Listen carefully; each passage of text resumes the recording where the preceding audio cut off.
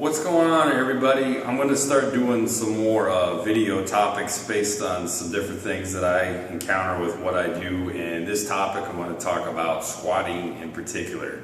So most of my clients' goals are to either lose weight or tone up.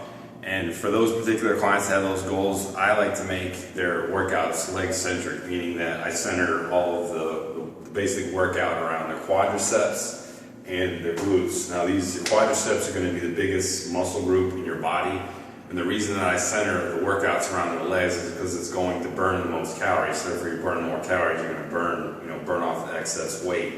So that being said, this particular topic is I want to talk about mechanics of squatting, things that I encounter a lot when people are squatting. So basically, correct squat form real quick is feet about shoulder width apart, and making sure that your knees, this is real important, making sure that your knees never travel over your toes. Now if you're doing something sport specific, which most people aren't, that's okay, but for the general population, you want to make sure that your knees aren't going past your toes.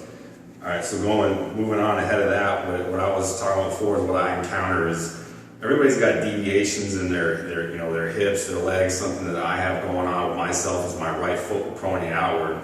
But this is kind of what I want to talk about is when you're squatting. This applies to squatting, deadlifting, lunges, anything you're doing like a bending type movement.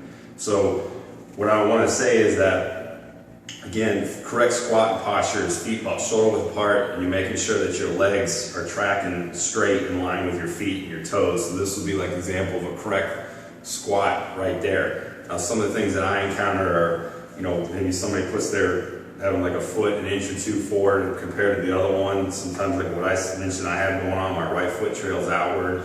You need to pay attention to all those things while you're doing this, because once you place a load on your body, whether you're doing squats, deadlifts, lunges, you're only facilitating those imbalances. So you need to pay attention to this, the whole time. So, one common thing that I'll see is somebody will squat and their legs will buckle in like this.